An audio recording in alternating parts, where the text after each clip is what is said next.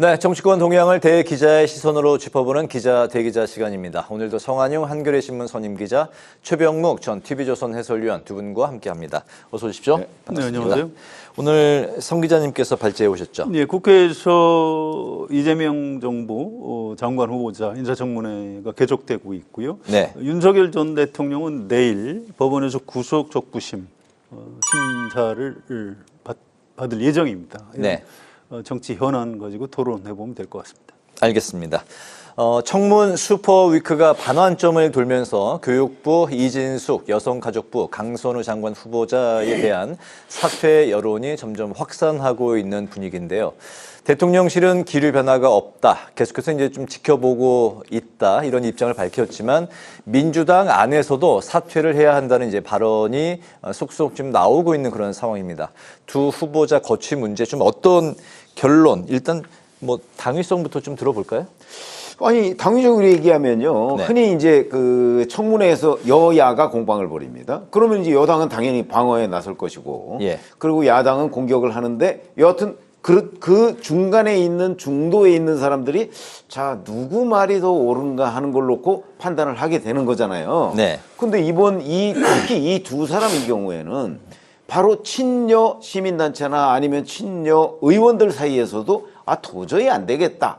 이런 평가를 지금 받고 있단 말이죠. 네. 그러면은 이미 그 야권은 물론이고 중도층도 대부분 무너졌다고 보는 것이 맞을 겁니다. 그렇기 때문에 만약에 여기서 그냥 임명을 강행한다? 그러면 이제 이재명 대통령이 본인의 정치적 부담으로 이걸 떠나야 된다는 얘기거든요. 네. 흔히 그렇게 떠안지 않습니다. 정치적으로 보면. 그래서 당위적으로 봐도 그렇고 현실적으로 봐도 이재명 대통령이 이 두 사람을 지키는 부담을 본인이 떠안을 이유가 없죠. 그런 차원에서 본다면 아마 그 사퇴를 뭐 자진 사퇴라는 형식으로 아마 그렇게 마무리가 되지 않을까 이렇게 예상은 되는데 최종적인 선택이야 또 이재명 대통령의 스타일에 따라서 네. 달라질 수도 있다 이렇게 생각을 합니다. 네, 중도층 민심이 떠났다. 당위적 그리고 이제 결론도 아마 좀 사퇴 뭐 두 후보자 모두 그렇게 날 것 같다고. 아니 왜냐하면 민주당 내에서도 사퇴를 주장하는 사람이 나타나기 시작했거든요. 네. 그거는 뭐 이미 중도까지도 다 무너졌다고 봐야 되는 거기 때문에 그러면 아마 이재명 대통령도 다른 선택의 여지가 없지 않을까 이렇게 생각한다는 거죠. 네. 만약에 두 후보자 모두 사퇴식으로 결론이 나게 되면 여태 뭐 그 현역 의원은 현역 불패 뭐 이런 말도 있었는데 처음으로 이제 그런 후보자가 나오게 되는 그런 상황인데 그거 어떻게 좀 예상을 하십니까? 예, 좀 특이하죠. 여야 의원들끼리 동료 국회의원들은 좀 봐줬던 측면이 있죠. 그래서 이제 현역 불패 신화가 생겼는데, 네.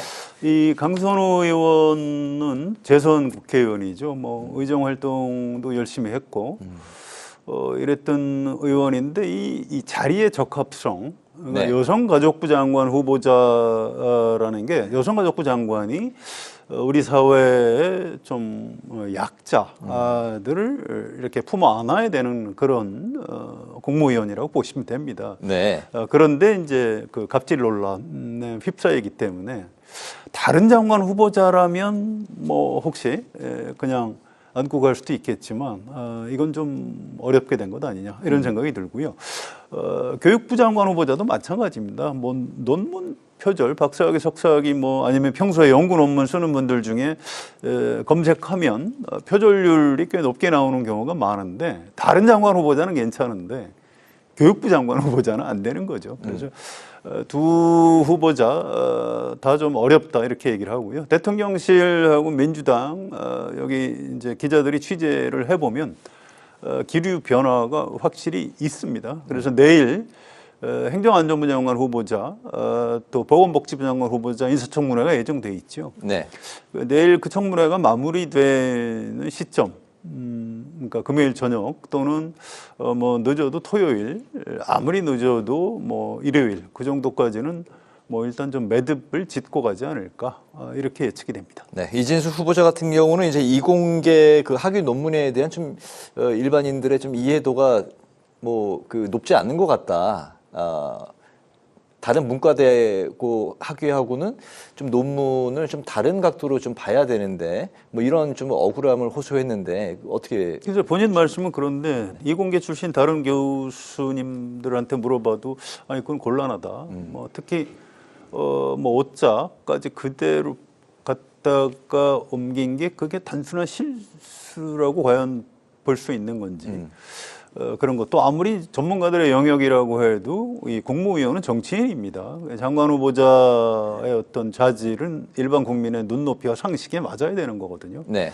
그래서 그 기준 정치적인 판단과 일반 국민의 상식이라는 잣대로 보면 조금 임명 강행하기는 어려운 것 아닌가 뭐 이렇게 분석하는 게 맞을 것 같습니다. 이 결론이 좀 언제까지 나야 되는 그 뭐 기한이 있습니까?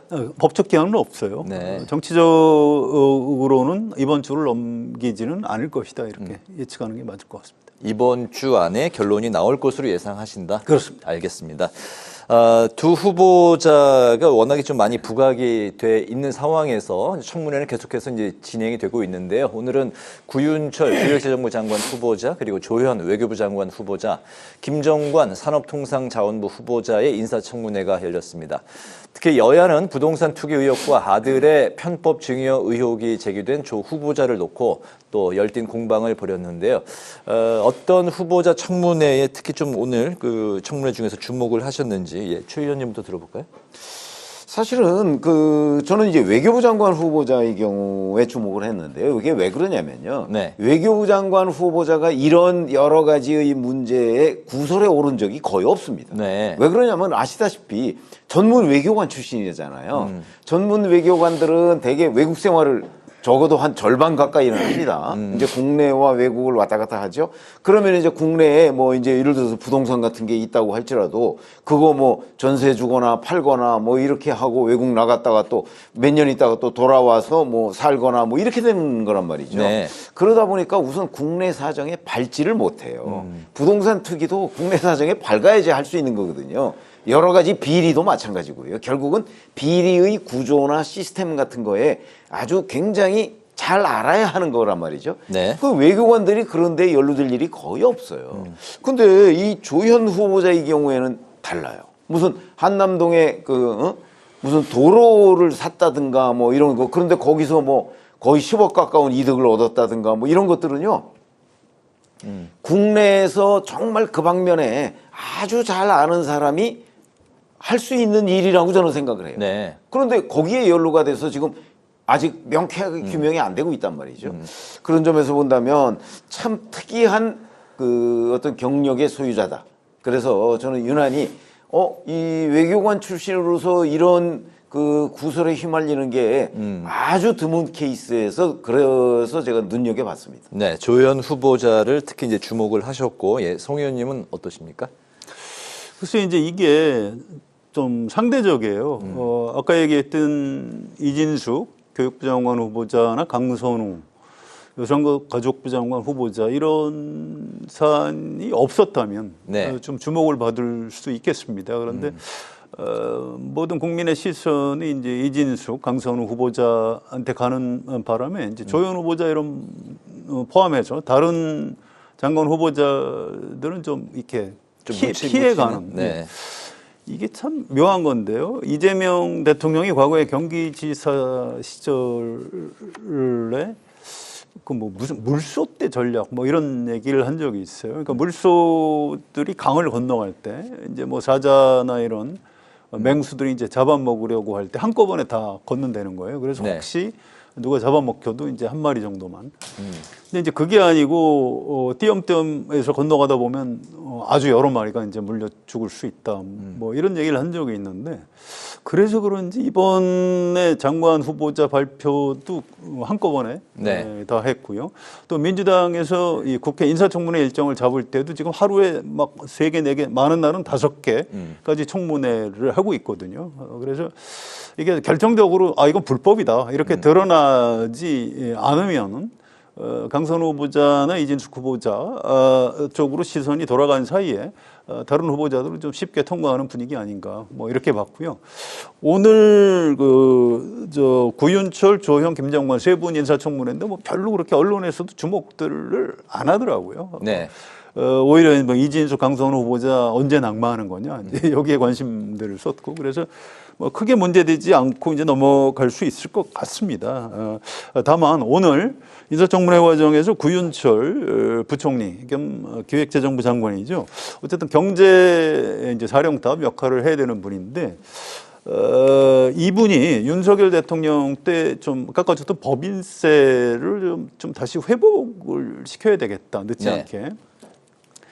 지금 이재명 대통령의 어떤 철학이라고 할까요? 이건 필요할 때 재정을 이용해서 좀 마중물 역할을 해서 경제를 좀 살리는 뭐 이런 역할을 정부가 해야 된다. 이렇게 하는데 지금 윤석열 정부에서 법인세 인하하고 여기저기 세수가 많이 구멍이 나가지고 재정 여력이 굉장히 없다고 합니다. 그런 얘기를 했어요. 그래서 이게 머지않아 세법 개정을 통해서 다시 윤석열 정부에서 좀 깎아줬던 법인세를 다시 원상 회복시키는 조치를 취할 것 같다.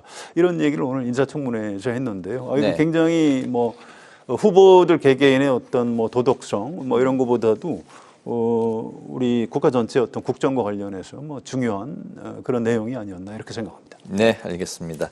자, 이제 지금까지 인사청문회에 관해서 좀 이야기를 나눠봤고, 이제 국민의힘 상황, 혁신에 대한 화두가 한창 뜨겁게 오르고 있는 국민의힘 상황을 좀 들여다보겠습니다. 윤희숙 혁신위원장의 1차 쇄신 대상을 지목을 했는데, 나경원, 윤상현, 장동혁 의원, 그리고 송원석 비대위원장을 실명으로 이제 거론을 했고 스스로 거취를 밝히라고 압박을 했습니다. 윤 위원장은 인적 쇄신 대상을 계속해서 이제 발표를 하겠다고 예고를 했는데 당 지도부는 윤 위원장이 혁신 위원들과 상의 없이 개인의 생각으로 일방적으로 이렇게 혼자 가고 있다 이렇게 이제 비판을 쏟아내고 있습니다. 이제 국민의힘의 내홍이 계속되고 있는 상황인데 당의 이런 혁신 대상을 지목하고 발표하는 이런 상황. 국민의힘의 이 파장이 어디까지 갈까요? 국민의힘이 이제 혁신을 해야 된다는 필요성, 당위성, 뭐 이거야 뭐 누군들 부인하겠습니까? 네. 그렇죠. 그러나 혁신하는 과정에 어떤 민주성 같은 것도 저는 있어야 된다고 생각을 하거든요. 네. 예를 들어서 자 지금 스스로 거취를 표명하라고 하는데 결국은 이제 뭐 과거에 차떼기 정당 시절에 뭐 37명 불출마 뭐 이런 얘기를 하잖아요. 예. 그러면 이제 총선 불출마 이런 식으로 인적 청산을 하겠다는 건데 지금 총선이 1년 정도밖에 안 지났어요. 3년이 남았어요, 무려. 예. 근데 그렇게 남았는데 지금 불출마 선언을 한들 그게 무슨 의미를 가지며 그다음에 지금 불출마 선언을 과연 할 수가 있는 건가? 지금 3년 가까이 남아 있는데 임기가 그럼 뭐 여기서 그냥 사퇴하고 나가라는 것도 아니고 그래서 제가 보건대는 지금 거취를 밝히라는 압박이 시점상 맞지도 않고 그다음에 과정도 지금 혁신위원회에서 논의도 안 했다는 거 아닙니까? 네. 그러면 자기 혼자 생각을 지금 혁신위원장이라고 밀어붙이고 있어요. 이것도 적절하지 않은 것 같고 그래서 조금 정치적으로 좀 미숙한 단계에서 너무 진짜 혼자 보여주기 식으로 지금 밀고 나가는 것 아닌가 이렇게 판단이 돼서요. 네. 좀 더 정치적으로 성숙한 과정을 거쳐서 민주적으로 혁신을 완성했으면 지금보다 훨씬 더 효과적인 혁신이 될 가능성이 저는 높다고 생각을 합니다. 네. 그런 점에서 지금 윤희숙 혁신위원장의 저 혁신 방식은 아마 당내 공감대를 얻지 못할 가능성이 더 높지 않은가 싶습니다. 성숙하지 못하다라고 이제 그렇죠. 이렇게 하시는 거죠. 예, 예. 어떻게 보십니까? 글쎄요, 근데 저는 윤희숙 위원장 편을 좀 들어주고 싶은데요. 네. 원래 혁신이라는 게 가죽을 벗기는 겁니다.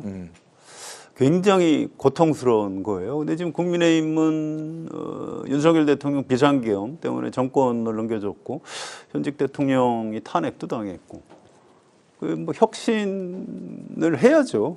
가죽이 벗겨지는 고통을 겪는 게 맞는 겁니다. 그래서 네. 이건 꼭 그렇게 뭐 당원 당규를 따질 문제가 아니에요. 윤희숙 혁신위원장이 정치적으로 공격을 하는 거고요. 혹시 안철수 의원처럼 혁신위원장이 나 못하겠어요.라고 포기하면 어떻게 하려고 그러는지 모르겠어요. 이게 윤희숙 위원장이 처음부터 이렇게 강경한 건 아니었고요. 그러니까 이른바 쌍권, 권영세, 권성동 두 분의 인적 청산을 요구한 안철수 전임 혁신위원장의 요구는 좀 지나친 것이다. 이렇게 얘기를 했던 사람인데 네. 대신에 그러면 우리가 윤석열 대통령 이 탄핵에 대해서는 우리가 좀 사과하는 게 좋겠다. 이렇게 제안을 했는데 그것도 이제 그 실명으로 거론하는 이 네 분들이 다 반대를 했거든요. 네. 그 바람에 이제 윤희석 위원장, 아니 그러면 내가 혁신위원장을 왜 하냐?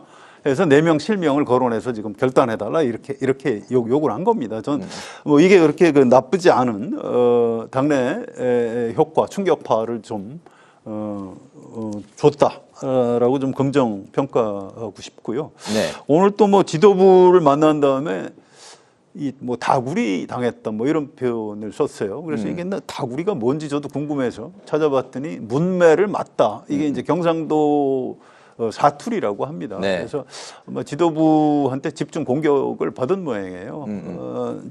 하여튼 그럼에도 불구하고 국민의힘 지도부에서는 지금 뭐 윤희숙 혁신위원장 사퇴해라 이런 얘기를 못 하고 있는 겁니다. 그 전임자 안철수 의원 사례도 있고 해서 뭐 어쨌든 다 좋습니다. 이런 그 혁신이라는 게 그렇게 질서 있게 되는 거는 아닌 거고요. 좀 더 고통과 뭐 이런 걸 겪어가면서 네. 국민의힘이 좀 거듭나는 모습을 보여줬으면 좋겠다 이런 생각입니다. 알겠습니다. 이제 민주당으로 넘어가 보면 어제 당대표 선거 첫 번째 TV 토론회를 열었습니다. 정청래, 박찬대 후보는 명심 경쟁을 치열하게 이제 벌이고 있는데 야당과의 협치 필요성과 방식에 대해서는 서로 이제 의견 차이를 드러내기도 했습니다.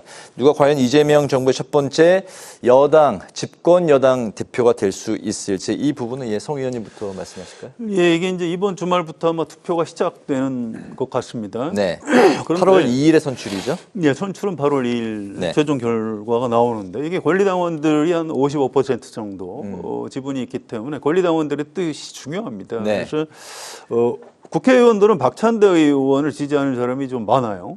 그런데 권리당원들 표심은 여론조사 이런 걸 보면 민주당 지지층에서 정청래 의원이 앞서 있습니다. 그래서 지난주에도 말씀드렸던 것 같은데 지금 투표를 하면은 당연히 정청래 의원이 대표가 되는 것 아니냐 이제 이렇게 네. 예측을 하고요. 박찬대 의원이 많이 그 따라잡은 거는 같은데 이 뒤집지는 못한 것 같다는 게 대체적인 판세 네.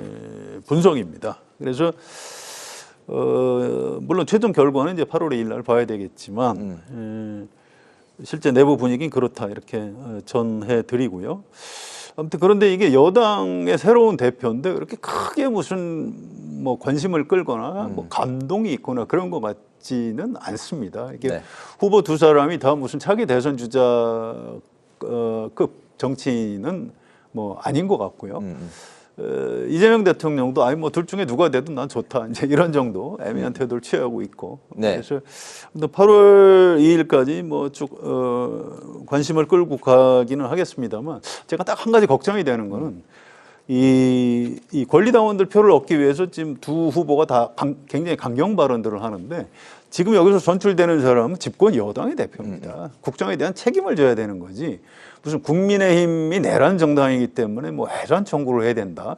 이런 강경 발언을 해놓으면은 이 나중에 크게 그 독이 될 수가 있습니다. 네. 그래서 그런 것들은 좀 자제를 해주셨으면 좋겠다. 이 말씀을 꼭 드리고 싶습니다. 네, 정청래 의원이 좀 앞서는 형국에 이제 박찬대 의원이 좀 추격하는 양상. 현재는 이제 그렇게 좀 읽고 글쎄 뭐 계십니다. 전체적으로 그렇게 보인다고들 그래요. 네. 그러나 이제 권리당원의 표심 이게 민주당 지지층을 조사할 수는 있죠. 그러나 그 민주당 지지층이 권리당원 그 표심을 다 대변하지는 않거든요. 민주당 지지층 안에 권리당원이 일부 있을 뿐이겠죠. 예. 그렇기 때문에 권리당원 55%라는 걸 정확하게 그게 그 누구 지지가 몇 %고 뭐 이렇게 분간하기는 쉽지는 않을 것 같아요.